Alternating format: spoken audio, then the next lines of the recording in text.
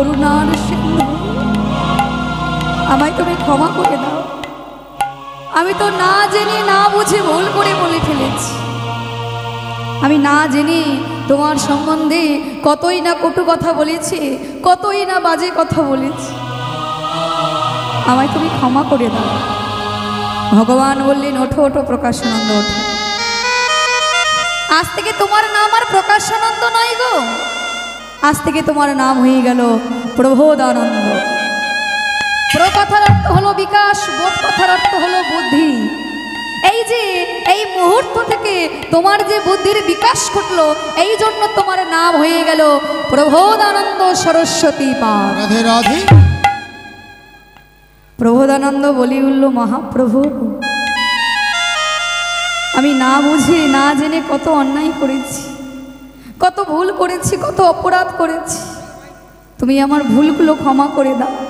তবে শোনো প্রভু, দেখবেন মাইরা, যারা প্রকৃতপক্ষে পণ্ডিত হয়, প্রথমে যদি কাউকে চিনতে না পারে, বুঝতে না পারে, তখন তাকে অবজ্ঞা করলেও পরবর্তীতে যদি একবার বুঝতে পারে যে না, আসলে যে মানুষটাকে আমি খারাপ ভেবেছি, ভালো ভেবেছি, আসলে মানুষটা এমন নয়, সঙ্গে সঙ্গে তাকে পূজা করে ভগবানের আসনে বসিয়ে দেয়। প্রবোধানন্দ করলো কি, মনে মনে চিন্তা করলো, আমি তো না জেনে মহাপ্রভুর সম্বন্ধে অনেক কথা বলেছি। সত্যি সত্যি যখন মহাপ্রভুকে চিনতে পারলাম, বুঝতে পারলাম, এনার সম্বন্ধে আমি জগৎবাসীর কাছে কিছু জানিয়ে যাব। আর এই জানানোর জন্য তিনি কি করলেন, দু চারটে গ্রন্থ রচনা করেছিলেন। এই শ্লোকটাও তিনি রচনা করেছিলেন, লিখেছিলেন, যে শ্লোকের দ্বারা আমরা সবাই মহাপ্রভুকে প্রণাম জানালাম। আনন্দ লীলাময় বিগ্রহায় হে মাধব দিব্য ছবি সুন্দরায় তস্মৈ মহাপ্রেম রস প্রদায় চৈতন্য চন্দ্রায় নমো নমঃ। চৈতন্য চন্দ্রায় নমো নমঃ। এবার এই শ্লোকের মানেটা একটু বলি। বললেন আনন্দ লীলাময় বিগ্রহ। আচ্ছা মায়েদের কাছে প্রশ্ন, আচ্ছা মায়েরা, আনন্দ আমরা কাকে বলি? আনন্দ কাকে বলি গো? ওই একটু দামি রেস্টুরেন্টে গেলাম, ভালো মন্দ খাওয়া দাওয়া করলাম, এসি গাড়িতে ঘুমালাম, এসি ঘরে থাকলাম, এসি গাড়ি চললাম, একটু ডিজে বক্সে নাচানাচি করলাম, কি গো মা, এগুলো আনন্দ? আনন্দ মাইরা? এগুলো হলো সুখ। আর মায়েরা একটা কথা মনে রাখবেন বাবারা, সুখ হলো সাময়িক, আজ আছে কাল নেই। সুখ কিন্তু সারা জীবন থাকার জন্য আসে না। সুখের ভাইয়ের নাম দুঃখ। সুখ যখন ঘরে আসে, দুঃখ বলে, ওরে ভাই আমি কি যাব না? সুখ বলে, দাঁড়া আমি একটু ভালো করে বসি, তারপরে তুই আসবি। সুখের ভাইয়ের নাম দুঃখ। আবার মানুষের জীবনে সুখের থেকে দুঃখের ভাগটা বেশি, তাই না? সুখের দিনগুলো তাড়াতাড়ি চলে যাবে, আর দুঃখের দিনগুলো দেখবেন মায়েরা কিছুতে পার হতেই চায় না, ঠিক তো? যতই ঘড়ির কাঁটা দেখি আর সময় দেখি, পারই হয় না। তাই যেটাকে আমরা আনন্দ বলে মনে করি, ওটা আনন্দ নয়, ওটা হলো সুখ। আবার অনেক ব্যক্তি আছে, অনেক মানুষ আছে, তারা অনেকে অনেক রকমভাবে আনন্দ উপভোগ করে। অনেকে টিভি দেখে আনন্দ উপভোগ করে, অনেকে একটু ডিজে বক্সে নাচানাচি করে আনন্দ উপভোগ করে, অনেকে আবার আছে একটু সুরাপান করে আনন্দ পায়। আবার বাবা অনেকে এমন অনেক ব্যক্তি আছে যারা অপরজনকে মেরেও আনন্দ পায়। এবার প্রশ্ন হচ্ছে, প্রকৃত আনন্দ কোনটা? বললেন প্রকৃত আনন্দ হলো যে আনন্দ অপরের নিরানন্দের কারণ না হয়ে দাঁড়ায়, ওটাই হলো একমাত্র প্রকৃত আনন্দ। রাধে রাধে। আর সেই আনন্দ পাওয়া যায় কোথায়? কি গো মায়েরা, আনন্দ কোথায় পাওয়া যায়? জয় রাধে। এই হরিবাস। এই যে আপনারা হরিনাম সংকীর্তন শুনতে এসেছেন, আপনারা শুনতে এসেছেন, আমি করতে এসেছি। আচ্ছা বলুন তো মায়েরা, আমরা কি কেউ কাউকে এখানে কষ্ট দিতে এসেছি? এসেছি না? আসি। আমরা কিন্তু সবাই এসেছি একটু ভগবানের গান করব, ভগবানের নাম শুনব, আর সবাই একটু আনন্দ উপভোগ করব। রাধে রাধে। তাই জন্য বলছেন আনন্দ লীলাময় বিগ্রহ। মহাপ্রভুকে বলা হচ্ছে আনন্দের লীলাময় বিগ্রহ। কারণ যে হরিনামে সংকীর্তন মহাপ্রভু নিয়ে এসেছেন তিনি হলেন সংকীর্তনের পিতা, তাই জন্য তাকে বলা হয় আনন্দের লীলাময় বিগ্রহ। নিতাই গৌর প্রেমানন্দে হরি বল। হরি হরি হরি বল। হে মাভ, হেম কথার অর্থ হলো সোনা, আভ কথার অর্থ হলো বর্ণ। বলছে গৌর হরির বর্ণ হলো সোনার মতো। দিব্যচ্ছবি সুন্দরায়, ছবি অর্থে এখানে মাইরা কোনো ফটো বা অ্যালবামের কথা বলিনি। ছবি বলতে অব্যয় তার দেহ। বলছে তার দেহখানা কেমন, বলছে দিব্য পুরুষের মতো। এইবার মাইরা প্রশ্ন করতে পারেন, হতেই পারে তিনি আনন্দ লীলাময় বিগ্রহ, হতেই পারে তার গায়ের বর্ণ সোনার মতো, মানলাম তাকে দিব্য পুরুষের মতো দেখতে। তা বলে তার কথা শুনে তার নাম গেয়ে তাকে প্রণাম করে আমাদের লাভ কি হবে? কি এমন দিয়েছে যে তার নাম করতেই হবে? যদি প্রশ্ন আসে, বলে দিয়েছে। কি দিয়েছে? বললেন তস্ময়ী মহাপ্রেম রসপ্রদায়। তস্ময়ী প্রেম, যা চিরকাল কোনোদিন অর্পণ করেনি তা কলিকালে সমর্পণ করলেন। অনর্বিত চিরাত করুণায় অবতীর্ণ কর সমপৈত উন্নত উজ্জ্বল রস, যা কোনো কালে আমার ভগবান অর্পণ করেনি। কিশোরীর ভাণ্ডারে চির গোপনে যে প্রেম তিনি লুকিয়ে রেখেছিলেন, সেই প্রেম কলিদেবের দ্বারে দ্বারে তিনি বিতরণ করলেন। এবার বলুন তো, তিনি কিন্তু করুণা করে এসেছে, করুণা করে, দয়া করে না। এই দয়া আবার করুণার মধ্যে পার্থক্য আছে। করুণা করলে এমন করুণা করবে তার সারা জীবনের দুঃখ দূরীভূত হয়ে যাবে, আর দয়া কিছুক্ষণের জন্য, বেশি দিনের জন্য নয়। তাই তিনি করুণা করে এলেন। বৈষ্ণব মহাজন বলছেন করুণা করুণার করুণার সিন্ধু অবতার গোরায় আমার করুণার উলুধ্বনি নিতাই গৌর হরি বল।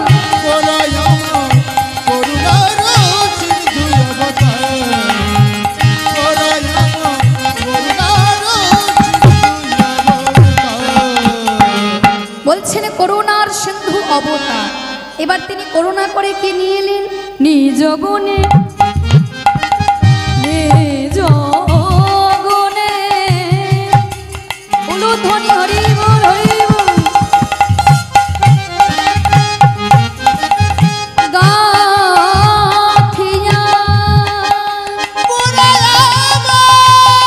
নিতাই গৌরে প্রেমানন্দে হরি বল।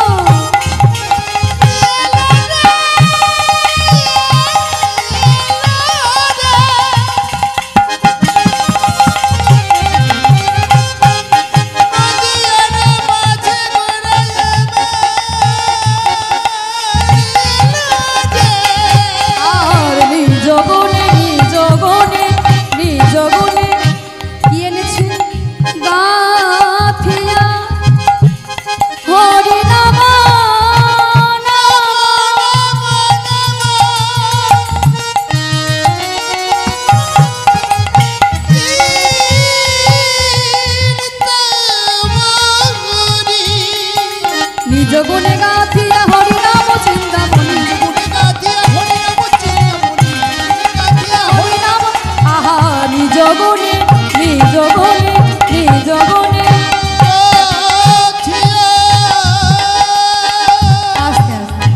তবে মায়েরা ভাববেন না এই যে ফুলের মালা তিনি এনেছে, মালা একটা এনেছে, চোখে দেখতে পাবে না, বলে সব নয়নে দেখতে পাবে না।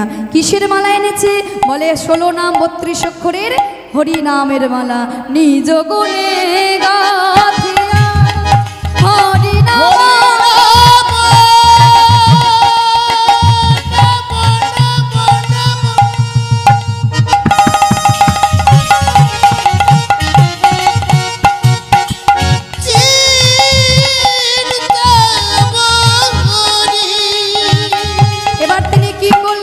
সেই নামের মালা নিয়ে কলিজীবের গলায় গলায় পরিয়ে দিচ্ছে। জগজনে পরাইল হার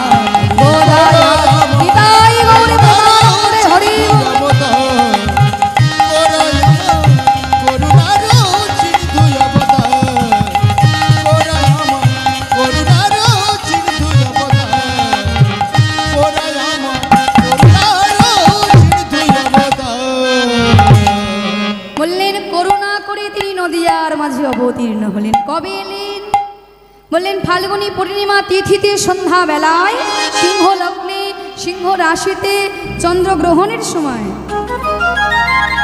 জগন্নাথ মিশ্র সচী মাতার কোল আলোকিত করে, উদ্ভাসিত করে জন্ম নিলেন আমার গৌরাঙ্গ মহাপ্রভু গৌরচাঁদ। গৌরাঙ্গ মহাপ্রভু যখন করুণা করে তিনি নদিয়ার মাঝে এলেন, ভাবুন তো মাইরা, যে প্রেম তিনি সত্যি বিলাইনি, ত্রেতাই বিলাইনি, দাপরি বিলাইনি, কলিতে জীবের হাতে পায়ে ধরে সেই নাম তিনি বিতরণ করে দিচ্ছে আর বলছে, ওহে কলির জীব, একবার তোমরা হরি বলো, একবার তোমরা কৃষ্ণ বলো। কারণ এই হরিনাম ছাড়া কিন্তু কলিজীবের আর কোনো গতি নেই। আছে? কোনো গতি নেই। এ তো তোমার আর আগের যুগের মতো যাগযজ্ঞ তপস্যা করতে হচ্ছে না। শুধু মুখে একটু হরিনাম করলে, ভক্তি ভরে যদি ভগবানকে ডাকতে পারো, ভগবান আসতে বাধ্য। শেষের দিনে যদি একবার তুমি মন প্রাণ দিয়ে ভগবানকে ডাকো, ভগবানের নাম করতে পারো, অবশ্যই তোমার ভগবানের কৃপা লাভ হবে। হয়নি মায়েরা কৃপা লাভ? আপনারা হয়তো অনেকে শুনেছেন। ভাবুন, মায়েরা ভাগবত পাঠ শোনেন তো? অনেকে আবার আছে যে ভগবত আর ভাগবত দুটোকে গুলিয়ে ফেলে, মনে করে এক, আসল না। ভগবত গীতা কি? ভগবত গীতা হলো ভগবান শ্রীকৃষ্ণ কুরুক্ষেত্রের মাঠে দাঁড়িয়ে অর্জুনকে যে উপদেশগুলো দিয়েছিল, সেটা হলো ভগবত গীতা। আর ভগবত গীতা কি? ভগবত গীতা হলো সাক্ষাৎ ভগবান শ্রীকৃষ্ণ। আর এই ভাগবতের চরণ যদি কেউ একবার স্মরণ করতে পারে, ভগবানকেই তার পাওয়া হয়ে যায়। রাজা পরীক্ষিতের কথা আপনারা শুনেছেন তো?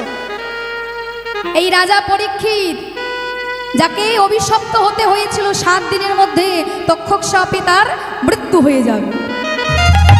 ভাবুন, পাণ্ডব বংশের রাজা তিনি ছিলেন পরীক্ষিত। পরীক্ষিত যখনই জানতে পারলেন তার হাতে আর মাত্র 7 দিন বাকি, বেশি সময় নেই, কোনো দিকে কিছু না ভেবে রাজপ্রাসাদ খুলে দিয়ে রাজ্যভার সব কিছু তার পুত্র জন্মেঞ্জয়ের হাতে তুলে দিল। তুলে দিয়ে চলে গেল নদীর তটে বসে বসে তপস্যা করছে। চারিদিকে যত মুনি ঋষি ছিল সবার কাছে খবর চলে গেল যে রাজা পরীক্ষিতের 7 দিনের মধ্যে তক্ষক সাপে এসে দংশনে তার মৃত্যু হয়ে যায়। মুনি ঋষি যখন সবাই এসে পরীক্ষিতের কাছে এসে দাঁড়ালো, পরীক্ষিত সকল মুনি ঋষিদের দুটো করে প্রশ্ন করেছে। প্রথম প্রশ্ন, সদা সর্বদা জীবের কি করণীয়? সদা সর্বদা জীব কি করবে? আরেকটা প্রশ্ন করলেন, আসন্ন মৃত্যুকালীন জীবের কি কাজ? মৃত্যু পথযাত্রী যখন মারার সময় চলে এসেছে, তখন তার কি কাজ, কি করবে সে? যত মুনি ঋষি ছিল সবাই অনেক অনেক বিধান দিল, কিন্তু রাজা পরীক্ষিতের পক্ষে অত বিধান মানা সম্ভব ছিল না, কারণ তার হাতে সময় খুবই কম ছিল। রাজা পরীক্ষিত তপস্যায় বসে আছে। এমন সময় দেখুন ভগবত কৃপা কাকে বলে, এমন সময় সুখদেবজি চলে এলেন। যে সুখদেবজি কোনো গৃহস্থের দ্বারে সেইটুকু সময় দাঁড়ায় যতটুকু সময় একটা গো দহন করতে সময় লাগে। একটা গরুর দুধ দইতে যতটুকু সময় লাগে ঠিক ততটুকু সময় ওই সুখদেবজি দাঁড়ায়, বেশিক্ষণ। রাজা পরীক্ষিতের কাছে এসে যখন দাঁড়ালো, রাজা পরীক্ষিত ওই একই প্রশ্ন করলেন। সুখদেবজিকে বললেন, হ্যাঁ সুখদেবজি, আমায় তুমি বলে দাও, সদা সর্বদা জীবের কি করণীয় আর আসন্ন মৃত্যুকালীন জীবের কি কাজ? কি করব আমি? সেই সময় সুখদেবজি বলেছিল, শোনো পরীক্ষিত, এখনো তোমার হাতে অনেক সময় আছে, 7 দিন। ওরা অনেক বিধান দেবে, ওসব তোমাকে মানতে হবে না। তুমি একটা কাজ করো, তুমি এখনই। তখন রাজা কিন্তু ওই যে রাজা পরীক্ষিতকে সুখদেবজি রাজা খটভঙ্গের কথা বলেছে। এই যে রাজা খটভঙ্গ দেবতাদের হয়ে অসুরদের সাথে যুদ্ধ করেছিল, যুদ্ধ করে দেবতাদের জয়লাভও করিয়েছিল। জয়লাভ করানোর পরেই দেবতাগণ বলেছিল, হে রাজা খটভঙ্গ, বলো তুমি কি বর চাও, কি চাও তুমি যা চাইবে তাই দাও। রাজা খটভঙ্গ বলল, আমি কতদিন বাঁচবো তাই তো জানি। আমি যে বর চাইবো আমি তো জানিই না আমি কতদিন বাঁচবো, কি বর চাইবো, তার থেকে বড় আগে তুমি একটা কাজ করো, আমার দেখো আর কতটুকু আয়ু বাকি আছে, কতদিন বাঁচবো। দেবতারা জানতে পারলো, জানতে পেরে বললো, শোনো রাজা খটভঙ্গ, তোমার কাছে আর বেশিক্ষণ সময় নেই, আর এক মুহূর্ত সময় আছে। রাজা খটভঙ্গ বললো, আমার কিচ্ছু লাগবে না, এই মুহূর্তেই আমি সব কিছু ত্যাগ করলাম। ত্যাগ করে ভগবানের তপস্যায় বসলেন, ভগবানের কৃপা লাভ হয়ে গেল। সুখদেবজি বলল, পরীক্ষিত শোনো রাজা, তোমার কাছে এখনো অনেক সময় আছে, অনেক সময়। তুমি একটা কাজ করো, বসে যাও, আমি তোমাকে ভাগবতের কথা শোনাবো, আমি তোমায় ভগবানের নাম শোনাবো। টানা একভাবে 7 দিন ধরে রাজা পরীক্ষিত ভগবানের কথা শুনেছিল। এই যে আমাদের মতো নয়, এক স্থানে বসেছিল, টানা 7 দিন ওখানেই বসেছিল, অন্ন সেবা জল কোনো কিছু গ্রহণ করেনি। একইভাবে মন প্রাণ দিয়ে পূর্ণ বিশ্বাসের সাথে ভক্তি ভরে ভগবানের কথা আস্বাদন করলেন। রাধে রাধে। রাজা পরীক্ষিত যখন ভগবানের কথা শুনছে, দেবতাগণ ছুটে এলো অমৃত কলস নিয়ে, সুখদেবজিকে বলল, সুখদেবজি, সুখদেবজি এই না। সুখদেবজি বলল, এটা কি? এটা হলো অমৃত।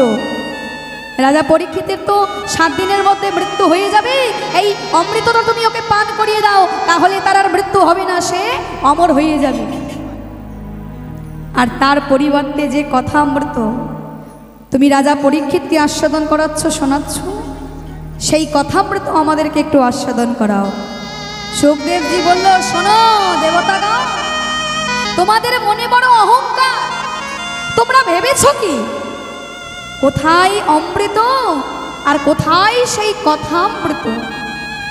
তুমি কিনা সেই আমার কথামৃতর সাথে ওই সাধারণ অমৃতের তুলনা করছো কি গো মাইরা?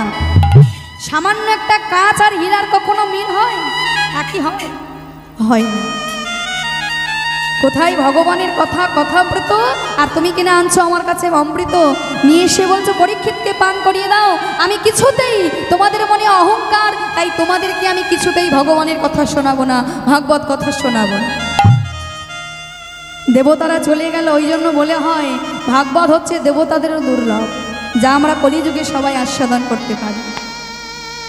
দেবতাগণ মনে মনে ভাবছে, দেখি 7 দিন ভগবানের কথা শুনে, ভাগবতের কথা শুনে কি করে ভগবানের কৃপা লাভ করে পরীক্ষিত, তা আমরাও দেখে নিই। দেখা গেল কি 7 দিন অতিবাহিত হয়ে গেল, ভগবান নিজে পুষ্পরথ পাঠিয়ে দিল, পুষ্পরথে করে রাজা পরীক্ষিতকে নিয়ে গেল ভগবানের কাছে। এটা কিছুতে সহ্য করতে পারল না দেবতাগণ। দেবতাগণ ছুটে গেল ব্রহ্মার কাছে। ব্রহ্মার কাছে গিয়ে বলছে, হে ব্রহ্মা রে, পিতামহ ব্রহ্মা, এটা কি করে সম্ভব? তখন করলো কি, ব্রহ্মাদেব একটা তুলা যন্ত্র নিলেন, তুলা যন্ত্র নিয়ে এক পাশে মুক্তির সমস্ত উপায় রেখে দিলেন, সাধন রেখে দিলেন, আর এক পাশে রেখেছিলেন শ্রীমদ্ ভাগবত গীতা। দেখা গেল কি, শ্রীমদ্ ভাগবতের মহিমার জোরে শ্রীমদ্ ভাগবত ভারী হয়ে গেল, আর সব কিছু হালকা হয়ে গেল। রাধে রাধে। ভাবছেন, যদি একবার মিথু পত্রজাতি হয়ে যদি মাইরা আসন্ন মৃত্যুকালীন জীব যদি একবার ভগবানের নাম করতে পারি, ভক্তি ভরে ভগবানকে স্মরণ করতে পারে, তবে তার অতি অবশ্যই ভগবানের কৃপা লাভ হবে। নিতাই গৌরে প্রেমানন্দে হরি হরি হরি হরি হরি। তাই আমার ভগবান করুণা করে তিনি যে এলেন, জীবের দাঁড়িয়ে দাঁড়িয়ে হরিনাম বিতরণ করলেন। দেখবেন মাইরা, অনেকে আছে, খারাপ ভাববেন না, অনেকে আছে বলি যারা যে মা বেশি গৌরের কথা বলবে না। কেন না বেশি গৌরের কথা বলবে না, নীলার মধ্যে যান। আচ্ছা মাইরা, যারা বলে তারাকে একবার ভেবে দেখেছি, আমরা সত্যের নয়, ত্রেতাই নয়, দাপরে নয়, কলির মানুষ, কলির ভগবানকে ডাকবো না? আচ্ছা মাইরা, আজকের আকাশে চাঁদ উঠেছে?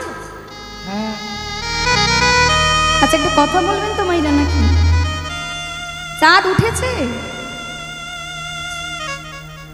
আকাশে? আচ্ছা বলুন তো, আকাশে কটা করে চাঁদ ওঠে? 4.5 করে। কটা করে চাঁদ ওঠে মাইরা? একটা করে। কিন্তু আজকের একটা নয় মাইরা, 2টো চাঁদ উঠেছে। এবার মাইরা ভাবেন যে মা তুমি কি চোখে একটু বেশি দেখেছো? বেশি দেখেছো বুঝি, তাই না, যে 2টো চাঁদ উঠেছে? বলছে না আকাশের চাঁদ সে তো প্রত্যেক দিন ওঠে আবার নেমে যায়, কিন্তু আজকের যে চাঁদের উদয় হয়েছে সে চাঁদে কিছুতেই নামবে না। আকাশের চাঁদ সে যেমন ওঠে তেমন উঠেছে, আর এই আমার আপনার মাঝে একটা চাঁদ উঠেছে। মায়েরা যদি বলেন দেখতে পাই না কেন, বলে দেখবে কেমন করে? সব নয়নে কি চাঁদের দেখা পাওয়া যায়? দন্তস্ব সব মানে সর্বস্ব, আর তালবেশ্বর সব মানে মরা। বললেন আমাদের এই মরা চোখে কখনো চাঁদের দেখা পাওয়া যায়? রাধে রাধে। বললেন চাঁদের দেখা যদি পেতে চাও তাহলে এই দিব্য নয়ন দিয়ে তোমাকে চাঁদের দেখা পেতে হবে। কোন চাঁদ? আমার আপনার মাঝে চাঁদ উঠলো, যে চাঁদটার নাম হলো আমার গৌর চাঁদ। রাধে রাধে। আমার গৌর চাঁদ, যে চাঁদের কোনো উদয় নেই সারাক্ষণ, আর কোনো যদি জীবের ঘরে উদয় হয় তার যে জীবনটাই ধন্য হয়ে যায়। আকাশের চাঁদ তো কলঙ্কিত। ওই যে দেবগুরু বৃহস্পতির স্ত্রী তারা সতীত্ব নাশ করলো, কলঙ্কিত হতে হলো, কিন্তু আমার গৌর চাঁদের কোনো কলঙ্ক নেই। আকাশের চাঁদ কত কলায় পরিপূর্ণ মাইরা? 7.5 কলা। কত কলায় পরিপূর্ণ? অনেকে বলে তাকে 16 কলায় পরিপূর্ণ, কিন্তু 16 কলায় না, আগে 16 কলায় পরিপূর্ণ হতো। যদি চাঁদ 16 কলায় পরিপূর্ণ হয় তাহলে ওই যে শিব ঠাকুরের মাথায় যে 1 কলা চাঁদ রয়েছে ওটাকে ধরে কি বাবা তবে 17 কলা না? তো তাহলে আকাশের চাঁদ এখনো 15 কলায় পরিপূর্ণ হয়, আর ওই যে শিব ঠাকুরের মাথায় 1 কলা চাঁদ রয়েছে তার জন্য নাম হলো চন্দ্রশেখর। কিন্তু আমার গৌর চাঁদ 15 নয় 17 নয়, একেবারে পূর্ণ ব্রহ্ম সোনা 16 কলায় পরিপূর্ণ আমার গৌর চাঁদ। অনিমা মহিমা প্রাপ্তি প্রকুম্মা লেভিমা ঈর্ষিতা কাম্যসিতা স্মৃতি ঐশ্বর্য বীর্য যশ্রী জ্ঞান বৈরাগ্য লীলা কৃপা। রাধে রাধে। একেবারে 16 কলায় পরিপূর্ণ আমার গৌর চাঁদ। আর সেই গৌর চাঁদ যখন আজকে নদিয়ার মাঝে অবতীর্ণ হয়েছে, দেখে কি মনে হয় জানো? যেন বৃন্দাবনের গিরিরাজ পর্বত দাঁড়িয়ে আছে। আর তা দেখে আমার বৈষ্ণব মহাজন লীলার এক পাশে দাঁড়িয়ে বলছে, বলে দেখো আমার গৌর সুন্দরকে একবার দেখো। আছে নদিয়া উদয়গিরি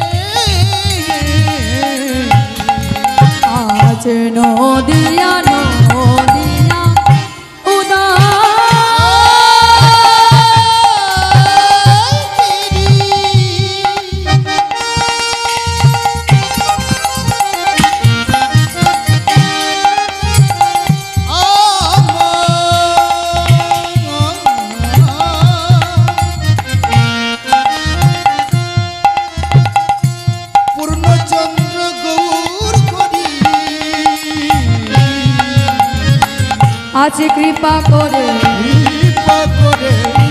হইল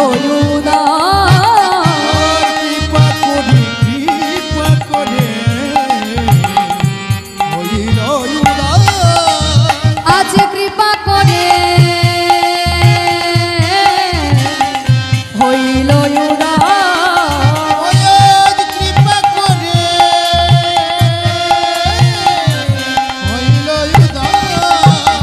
সোনার নদিয়াতে উদয় হলো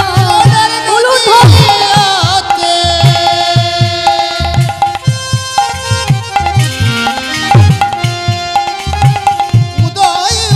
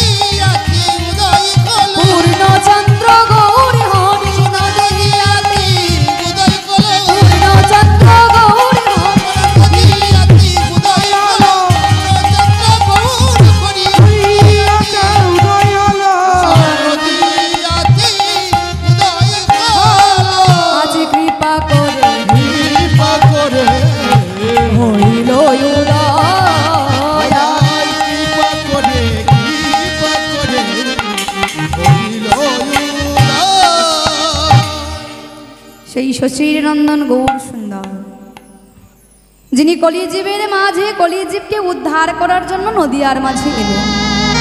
এবার বললেন তিনি যে নদিয়ার মাঝে এলেন, তবে মাইরা যে যুগে আমরা বাস করছি, শুধু কলি বললে ভুল হবে, ঘোর কলিযুগ। যে কলিযুগে ধর্মকর্ম বলে আর কিছুই নেই। তাকিয়ে দেখুন, তাকিয়ে দেখুন একবার, চারিদিকে কত অত্যাচার হচ্ছে, কত অনাচার হচ্ছে। তবে মায়েরা এগুলো যা দেখিয়ে রেখেছিল তাই ঘটছে।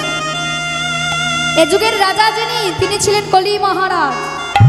তিনি যা দেখিয়েছেন তাই ঘটছে।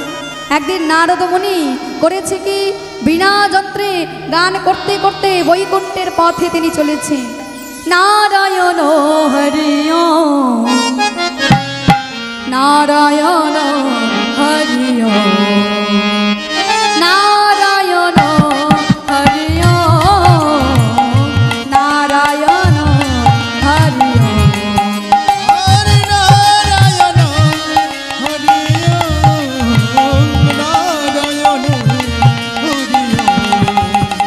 নারায়ণ হরি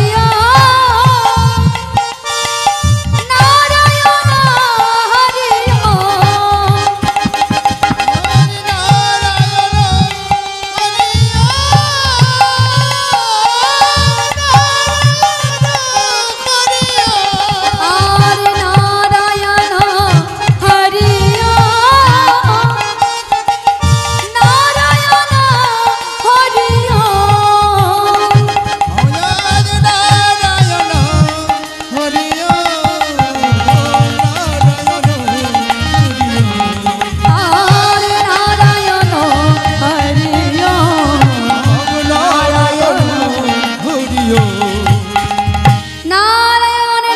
নারায়ণ নারদ বিনা যন্ত্রে গান করতে করতে বৈকুণ্ঠের পথে যাচ্ছে। বিনা যন্ত্রে গান করতে করতে যখন বৈকুণ্ঠের পথে যাচ্ছে, হঠাৎ করে দেখলো বিরাট একটা লম্বা করে কালো রঙের পুরুষ, কাঁধে তার একটা যুবতী মেয়ে, দেখে মনে হয় 16-17 বছর বয়স। তাকে কাঁধে করে নিয়ে বৈকুণ্ঠের পথে নাচতে নাচতে যাচ্ছে। নারদ মুনি মনে মনে ভাবছে, এটাকে তো কখনো দেখিনি। কে এই পুরুষ? ছুটে গিয়েছে, ছুটে গিয়ে তার সামনে দাঁড়িয়েছে। দাঁড়াও। রাধে রাধে। আচ্ছা, কে তুমি? তোমাকে তো কখনো এই বৈকুণ্ঠে দেখিনি। পুরুষটা বলে উঠল, তিনি ছিল কলি মহারাজ। কলি মহারাজ বলে উঠল, শোনো নারদ মুনি। এ কি? আমি তোমায় চিনি না, তুমি আমার নাম জানলে কি করে? বলে, তোমাকে তো সবাই চেনে, তুমি তো হলে দেবতাদের ঋষি নারদ মুনি, তোমায় সবাই চেনে। তুমি কে? নারদ জিজ্ঞাসা করছে, তুমি কে? বলে, শোনো, আমার পরিচয় জেনে কি করবে? শুনি না তোমার পরিচয়টা। বলে, শোনো, আমি হলাম কলিযুগের কলি মহারাজ। রাধে রাধে। নারদ মনে মনে ভাবে, এ যুগের রাজা কলি মহারাজ। কলি মহারাজ, আচ্ছা তাহলে এই যে কাঁধে এটাকে? বলে, এটা হলো আমার স্ত্রী, আমার সহধর্মিনী, আমার অর্ধাঙ্গিনী। নারদ মনে মনে ভাবে, হায় হায় হায়, এ যুগের যে রাজা, সে রাজাকে না কাঁধে করে নিজের স্ত্রীকে নিয়ে বৈকুণ্ঠের পথে নাচতে নাচতে যাচ্ছে। কি যুগ এলো! আমি সত্য দেখলাম, ত্রেতা দেখলাম, দাপর দেখলাম, এবার আসছে কলিযুগ। কলিযুগটা দেখবো। এ যুগের রাজা যদি স্ত্রীকে কাঁধে করে নিয়ে বেড়ায়, তাহলে পরবর্তীতে যারা আসবে তারা কি করবে? রাধে রাধে। নারদ বলে, ঠিক আছে, আমি তাহলে এবার আসি। নারদ বিদায় নিয়ে চলে যাচ্ছে। কিছুটা দূর আগিয়ে গিয়েছে, আর এমন সময় আবার একটা কর্ণকুহরে আত্মচিৎকার ভেসে আসছে, বাঁচাও বাঁচাও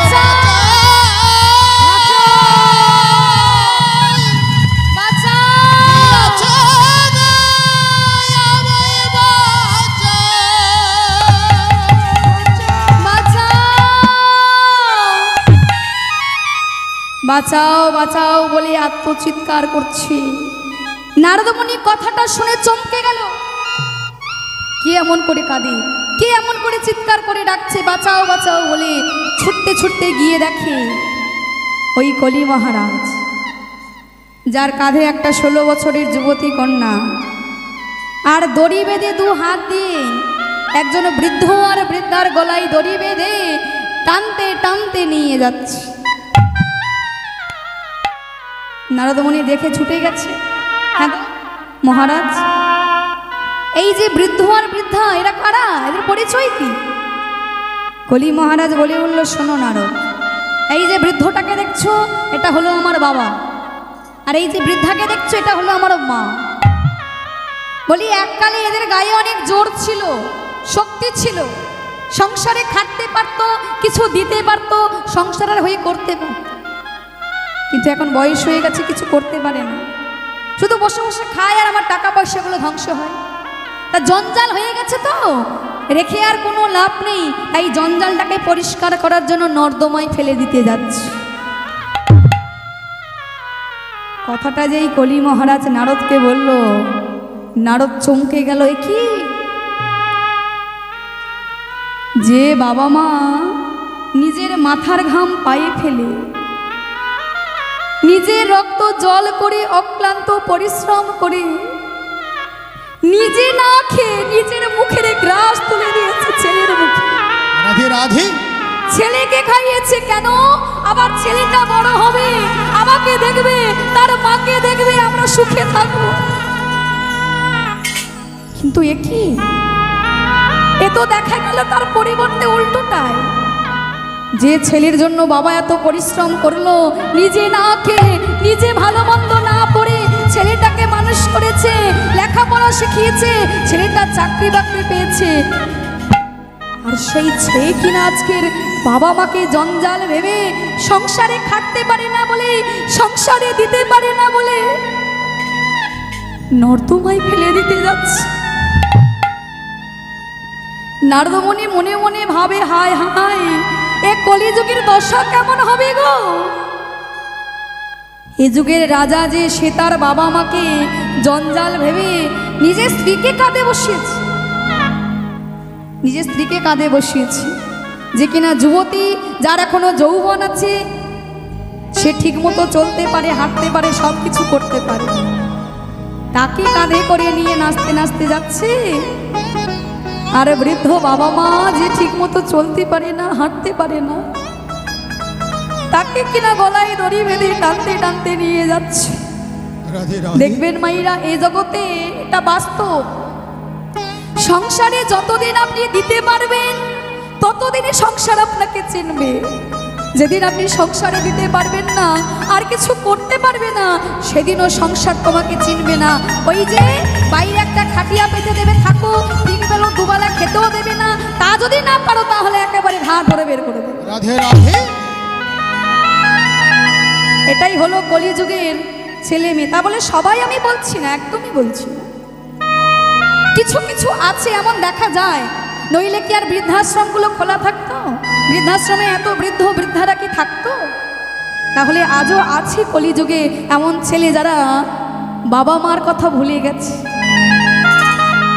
যে বাবা মা কষ্ট করে মানুষ করেছে, একবারের জন্য ভাবলো না বাবা নিজের মুখের গ্রাস ছেলের মুখে তুলেছে, সেই বাবা মার কথা বলে বউকে নিয়ে এসে, বউ যখন এলো, বউর পাল্লাই পড়ে সব কিছু ভুলে গিয়ে মায়ায় আবদ্ধ হয়ে বাবা মাকে করলো কি, বৃদ্ধাশ্রমে পাঠিয়ে দিল। নারদ দেখে মনে মনে চিন্তা করছে, এ যুগের রাজা যদি এমন করে, তাহলে পরবর্তীতে যারা আসবে তাদের কি হবে, তাদের দশা কেমন হবে। তাড়াতাড়ি করে ভগবানের কাছে গিয়েছেন, দয়াময়,